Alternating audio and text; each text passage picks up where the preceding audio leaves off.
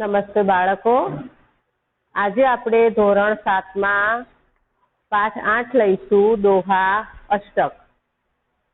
દોહા અષ્ટક કેમ નામ પડ્યું છે?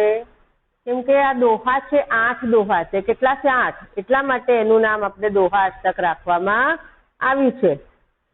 હવે પહેલાના જમાનામાં કબીર, તુલસીદાસ અને રહીમ આ જે સંતો થઈ ગયા, એ સંતોએ એમની વાણીમાં જે સુંદર મજાના એમના સુવિચાર વ્યક્ત કર્યા છે, એ આપણા જીવનમાં જો આપણે ઉતારીએ તો આપણે ઘણા ઉન્નત મનુષ્ય થઈ શકીએ એમ છીએ. બરોબર? તો પહેલા તો કબીરજી વિશે તમને થોડી માહિતી આપી દઉં. જે કબીર છે એ कबीरजी 15वीं शताब्दी के कवि है. ये बड़े संत थे. इन्होंने हिंदू और मुसलमानों को उनकी गलतियों के लिए फटकारा है और दोनों को हिल मिलकर रहने का उपदेश दिया है. આ કબીરજી છે ને, એમના મસ્જિદમાં હિન્દુ પણ આવતા એમની વાણી સાંભળવા અને મુસલમાન પણ આવતા હતા, અને એ સુંદર મજાના એમના વિચારો વ્યક્ત કરતા હતા. એ જે પણ હિન્દુ કે મુસલમાન જે પોતાના વ્યવહારની અંદર ગલતીઓ કરે, એટલે કે ભૂલ કરે, તો એ એમને પોતાની વાણીમાં એ ફટકારતા અને એમને ઉપદેશ દેતા હતા. હવે એવું કહેવાય છે દંતકથા. દંતકથા કોને કહેવાય બાળકો? એનો કોઈ કથાનો લેખક ના હોય. એકે કીધું, બીજાએ કીધું, ત્રીજાએ કીધું, ચોથાએ કીધું, એમ દાંત દ્વારા એટલે કે મોઢા દ્વારા જે ચારે બાજુ પ્રચલિત થાય એને દંતકથા કહેવામાં આવે છે. એના કોઈ કવિ કે લેખક હોતા નથી. તો દંતકથા અનુસાર કબીરજી હતા એ જાતે તો મુસ્લિમ હતા, પણ એમને હિન્દુ ધર્મના દોહા પણ રચ્યા છે. હવે એવું કહેવાય છે કે જ્યારે કબીરજીનું મૃત્યુ થયું ત્યારે હિન્દુઓ પણ એટલું માનતા હતા અને મુસ્લિમો પણ એટલું માનતા હતા. તો એ જ્યારે કબીરજીનું મૃત્યુ થયું ત્યારે બંને પક્ષ પડી ગયા, અને હિન્દુ શું કહે છે કે કબીરજી અમારા હતા એટલે અમને અગ્નિ સંસ્કાર કરવાના. મુસ્લિમો એમ કે કબીરજી અમારા હતા, અમારા ધર્મના હતા એટલે એમને દફનાવાના. આ ઝઘડો ત્યાં ચાલતો થયો બાળકો. ત્યાં કેવો ચમત્કાર થયો કે જ્યારે એમના શરીર ઉપર જે કફન ઓઢાડેલું હતું, એ કફન જ્યારે લેવામાં આવ્યું ત્યારે કફનના અંદર જે શરીર હતું એ લુપ્ત થઈ ગયું અને શરીરના બદલે સુગંધીદાર ફૂલોનો ઢગલો થયો. એ કેટલા મહાન સંત હશે તમે વિચાર કરો. પછી એમની જગ્યાએ ત્યાં આગળ જ એમને કબર બનાવવામાં આવી છે અને લોકો હજુ પણ ત્યાં દર્શન કરવા માટે જાય છે. એ કબીરજી. બીજા છે તુલસીદાસ વિશે તમને કહું. ये 16वीं शताब्दी के प्रसिद्ध राम भक्त कवि है. इन्होंने रामचरित मानस नामक प्रसिद्ध ग्रंथ लिखा है. આ તુલસીદાસ જેમણે રામચરિત માનસ લખ્યું, એ રામના બહુ જ બડા ભક્ત હતા. અને એવું કહેવાય છે કે ચિત્રકૂટ કે ઘાટ પર ભઈ સંતન કી ભીડ, તુલસીદાસ ચંદન ઘસે, તિલક કરે રઘુવીર. તો એ કળિયુગમાં પણ તમે દેખો કે આપણને ભગવાનની આસ્થા હોવી જોઈએ. જો આપણે ભગવાનમાં આસ્થા રાખીએ તો કળિયુગમાં ભગવાનને પણ આવવું પડે. જેવી રીતે મીરાબાઈ છે, તો મીરાબાઈએ પણ પોતાના ઝેરનો ઘૂંટડો પીધો તો કૃષ્ણ ભગવાને અમૃત કરી નાખ્યું. નાગના સર્પ હતા, નાગ, એના સુંદર મજાના ફૂલનો હાર કરી નાખ્યો. નરસિંહ મહેતાનું મામેરું પણ પૂર્યું. નરસિંહ મહેતાના બધા કામ કર્યા. એવી રીતે તુલસીદાસને પણ કૃષ્ણ ઉપર રામ ઉપર એટલી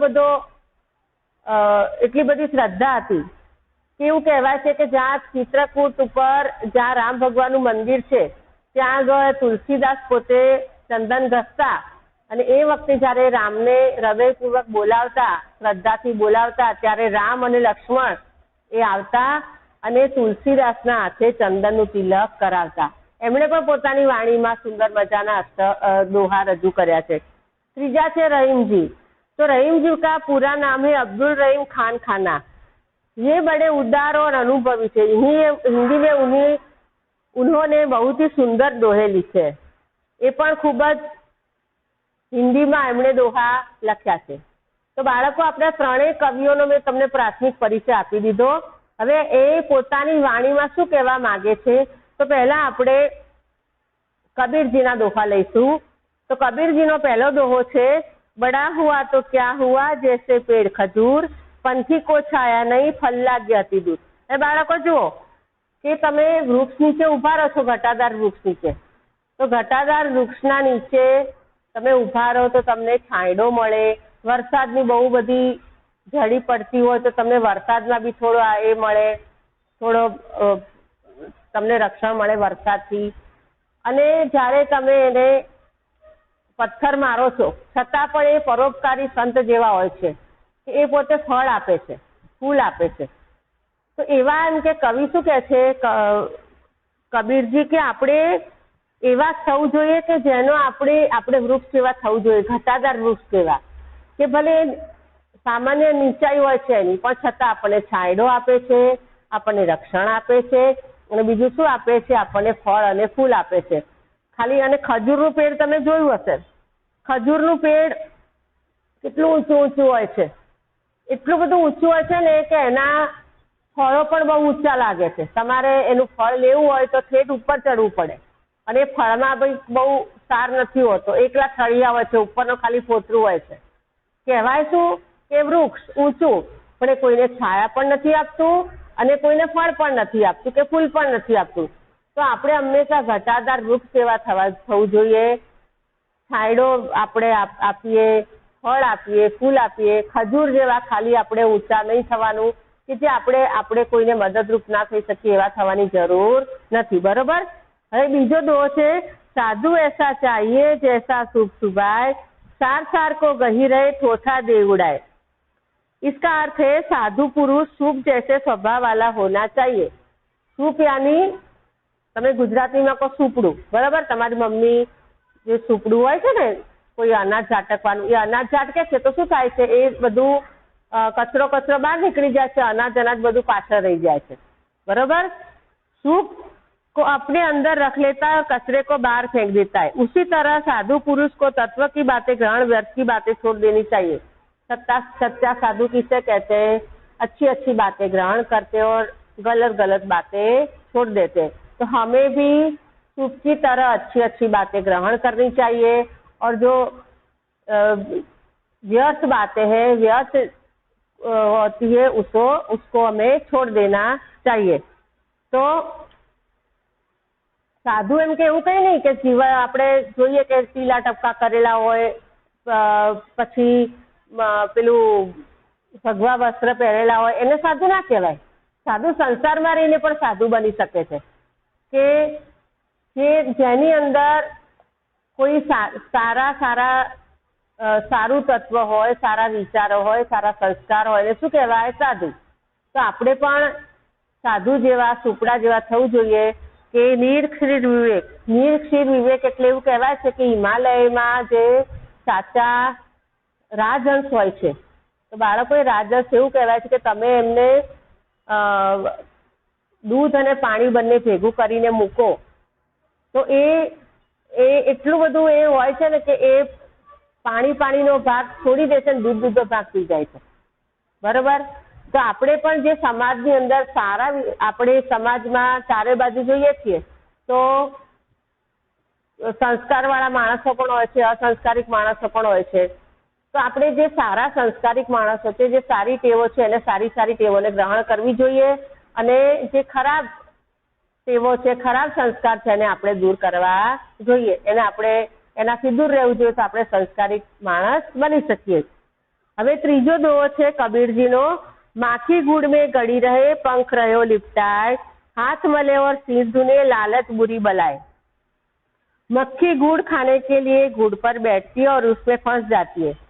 मक्खी जब गुड़ में बैठती है और उसका रस चूसने के लिए जब वह प्रयत्न करती है तो रस चूसते वो उसके पंख उसमें चिपक जाते हैं, उसके पंख गुड़ में चिपक जाते हैं. फिर वह कितना भी पछताती और हाथ मलती रहती है, उसे छुटकारा नहीं मिलता.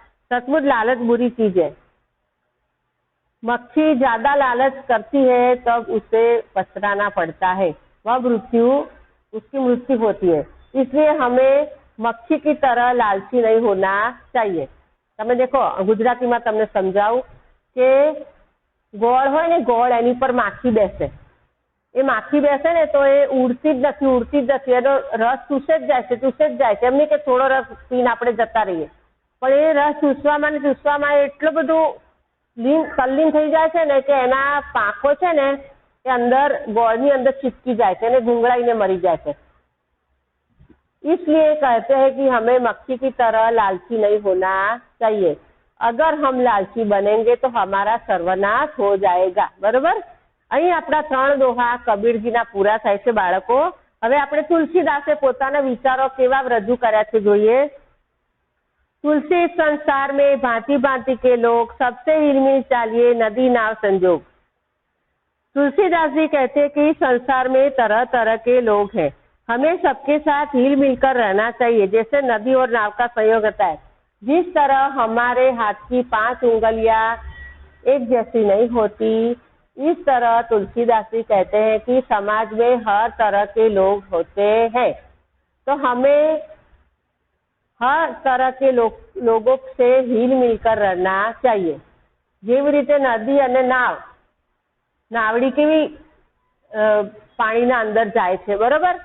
એ દરિયાના તોફાનો કે જે ઊંચા ઊંચા મોજા ઉછળે એને પણ પોતે એની અંદર જે એકતા સધાવી જોઈએ એ સધાય અને નાવડી ચાલી જાય છે। તો આપણે પણ સમાજની અંદર જે બી સારા ખોટા માણસો રહે છે એની સાથે આપણે થોડું એડજસ્ટમેન્ટ કરી અને રહેવું જોઈએ। હવે તુલસીદાસનો બીજો દોહો છે બાળકો। तुलसी हाय गरीब की कबहू न खाली जाए, मुए ढोर के चाम से लोहा भस्म हो जाए। तुलसीदास जी कहते हैं कि गरीब की हाय बदुआ कभी निष्फल नहीं होती। मरे हुए जानवर के चमड़े से बनी धोकनी से लोहा राख हो जाता है, फिर गरीब तो जीवित व्यक्ति है, उसकी हाय कैसे निष्फल जा सकती है। हमें कोई भी निर्दोष व्यक्ति की हाय नहीं लेनी चाहिए, हमें किसी को हैरान परेशान नहीं करना चाहिए, वरना हमारे तकदीर में जो अच्छा लिखा होता है वह भी नाश होता है और हमारा भाग्य विलीन हो जाता है। तो तुलसीदास કહે છે કે જેવી રીતે તમે દેખો ધમણ હોય છે ને, પેલું એ ધમણ છે ને બનેલી હોય છે બાળકો, તમે પેલા લુહાર જે લોઢું ટીપતો હોય છે ને એમાં તમે દેખો મશક જેવું આવે છે ધમણ, એની અંદર એ એક હાથે ધમણમાંથી હવા નીકળતો હોય અને એ ગરમ હવાથી એ પેલી જે આગ થાય એ આગથી લોઢું પણ ભસ્મ થઈ જાય છે। તો આ તો મરેલા ઢોરના જે ચામડામાંથી જે બનેલી હોય છે એનાથી લોઢું પણ ભસ્મ થઈ જાય તો ગરીબ તો હંમેશા જીવતો માણસ છે, તો આપણે કોઈને પણ કોઈની બદદુઆ ખોટી રીતે લેવી જોઈએ નહીં, કોઈને નિર્દોષ વ્યક્તિને હેરાન કરવા જોઈએ નહીં। બરોબર। હવે આપણે રહીમજીના દોહા જોઈએ।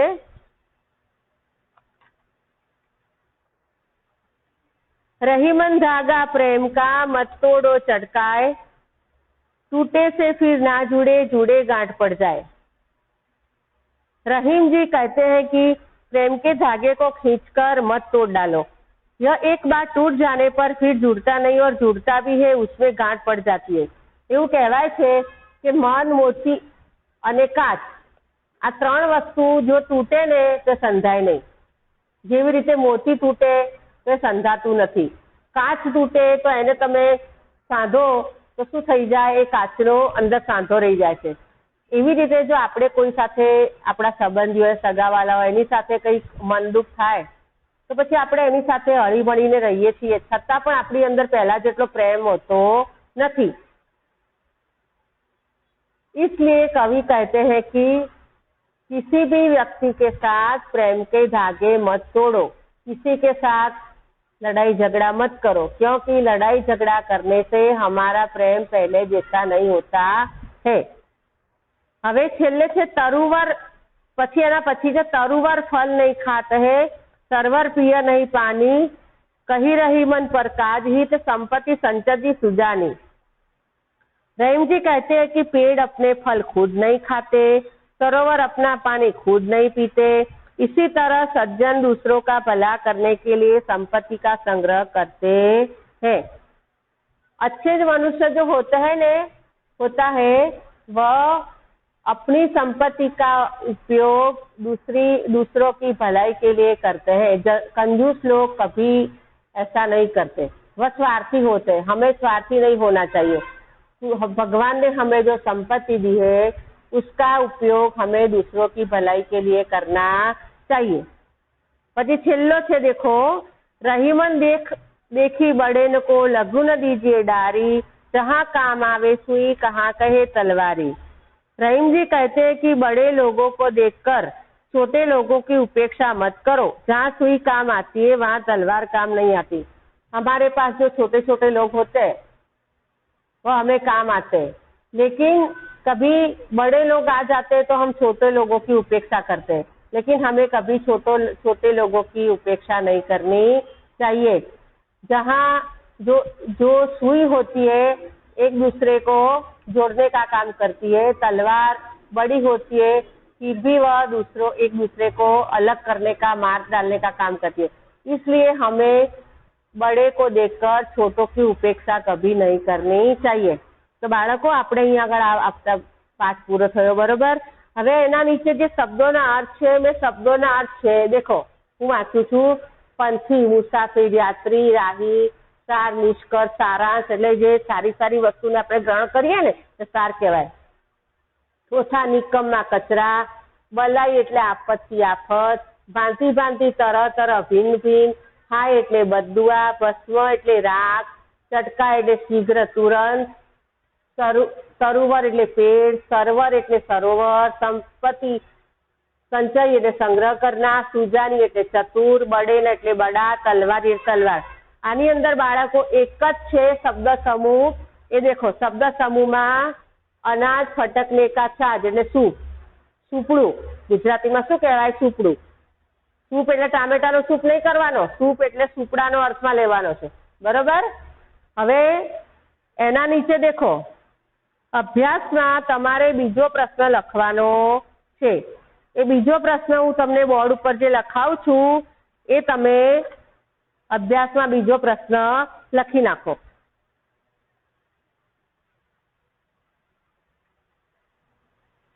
જો બાળકો અભ્યાસમાં બીજો પ્રશ્ન છે વિલોમ શબ્દ। વિલોમ એટલે એનો અર્થ થાય વિરુદ્ધાર્થી શબ્દ। તમારે ગભરાવાનું નહીં કે વિલોમ એટલે શું। વિલોમ શબ્દનો અર્થ થાય વિરુદ્ધાર્થી શબ્દ। તો આ તમારે કસોટીમાં આવશે, એ તમે ખાસ તૈયાર કરજો। આ અંદર જે ભેગા શબ્દો છે મેં તમને જુદા પાડીને જવાબ લખાવ્યા છે, તમારે તમારા ચોપડામાં લખવાના છે। આદર, અનાદર, સ્વકાજ, પરકાજ, પ્રેમ, નફરત, નજદીક, દૂર, મૃત, જીવિત, અચ્છા, બુરા, સત્ય, અસત્ય। તમે આખો પાઠ જોશો તો જ તમને ખ્યાલ આવશે બાળકો। ફરી કહું છું કે તમે આખો પાઠ કોઈ પણ વિષયમાં તમે જો ભણો છો તો આખો તમારે વિડીયો જોવાનો અને એના અંદર વિડીયો જોશો એના પછી તમને ખ્યાલ આવશે કે આ અંદર લખવાનું છે। તો તમારે શું કરવાનું? પહેલા તો પાઠનું નામ લખજો, પછી દોહા અષ્ટકમાં એક દોહો લખવાનો, એના નીચે સમજૂતી લખવાની। મેં તમને સમજાવીએ હિન્દીમાં। દોહો લખવાની એટલે સમજૂતી લખવાની। એના પછી શબ્દના અર્થ લખવાના છે, શબ્દ સમૂહ અને અભ્યાસનો બીજો પ્રશ્ન, અને એના પછી સ્વાધ્યાય બીજું કશું લખવાનું નથી। સ્વાધ્યાયમાં જે હું તમને 5 પ્રશ્નો છે તમને સમજાવી દઉં છું। સ્વાધ્યાય 5 નંબર 46 ઉપર જો આ સ્વાધ્યાયમાં પ્રશ્નો છે એના તમારે જવાબ લખવાના છે। હું તમને સમજાવી દઉં છું કઈ રીતે લખવાના। साधु कैसा होना चाहिए? तो साधु सूप जैसे स्वभाव वाला होना चाहिए। सूप फटकते समय अच्छे अनाज को अपने पास रख लेता है और कचरे को बाहर फेंक देता है। इसी तरह साधु को सार युक्त अच्छी बातें ग्रहण करनी चाहिए और गलत बातें छोड़ देनी चाहिए। दूसरा प्रश्न है, कबीर जी लालच को क्यों बुरी चीज कहते हैं? उसका उत्तर ऐसे लिखने का है, लालच व्यक्ति की बुद्धि और उसके विवेक को नष्ट कर देता है। मक्खी लालच के कारण गुड़ पर बैठती है और उसमें फंस जाती है, फिर वह पछताती है और उसमें से निकल नहीं पाती। उसी तरह जो व्यक्ति लालच में पड़ता है वह अंत में पछताता, इसलिए कबीर जी लालच को बुरी चीज कहते हैं। तीजो प्रश्न है, तुलसीदास जी सबसे हिल मिलकर रहने के लिए क्या कहते हैं? तुलसीदास जी कहते हैं कि संसार में हर तरह के लोग होते हैं, पर हमें सबसे हिल मिलकर रहना चाहिए, एक दूसरे को सहयोग देना चाहिए। गरीब की हाय के लिए कौन सा उदाहरण दिया है? तो कबीर जी ने गरीब की हाय के लिए लोहार की धोकनी का उदाहरण दिया है। धोकनी मरे हुए जानवर के चमड़े से बनती है। धोकनी से निकली हुई हवा आग को तेज करती है, उसमें लोहे जैसी कठिन चीज भी भस्म हो जाती है। इसलिए गरीब की हाय हमें नहीं लेनी चाहिए, किसी निर्दोष को हैरान परेशान नहीं करना चाहिए, क्योंकि उसकी बददुआ से हमारा अच्छा नसीब भी काम नहीं करता। छेल्लो प्रश्न है, रहीम प्रेम का धागा तोड़ने के लिए क्यों मना करते हैं? क्योंकि प्रेम का धागा बहुत नाजुक होता है, उसे खींचने से वह टूट जाता है। धागा एक बार टूट जाने पर फिर वह जुड़ता नहीं, और जुड़ता है तो उसमें गांठ पड़ जाती है। इसलिए हमें किसी के साथ लड़ाई झगड़ा नहीं करना चाहिए। लड़ाई झगड़ा करने से हमारे अंदर पहले जैसा प्रेम नहीं रहता, हम उसके साथ संबंध भी दूसरी बार रखते हैं, पर उसमें पहले जैसा प्रेम होता नहीं है, प्रेम की सुगंध होती नहीं है। इसलिए हमें दूसरे के साथ मिल मिलकर रहना चाहिए। तो बाळको जो આપણો અહીંયા આગળ પાઠ પૂરો થાય છે, આ રીતે તમારે તમારા ચોપડામાં બધું લખવાનું છે। આમાંથી તમારે પ્રશ્નો પણ આવશે અને કસોટીમાં બધા પ્રશ્નો પૂછાશે। હવે આપણે જ્યારે બીજો પીરિયડ લઈશું ત્યારે એમાં ભાષા સત્તામાં સર્વનામ વિશે હું તમને આખું ડિટેલમાં સમજાવીશ। નમસ્કાર।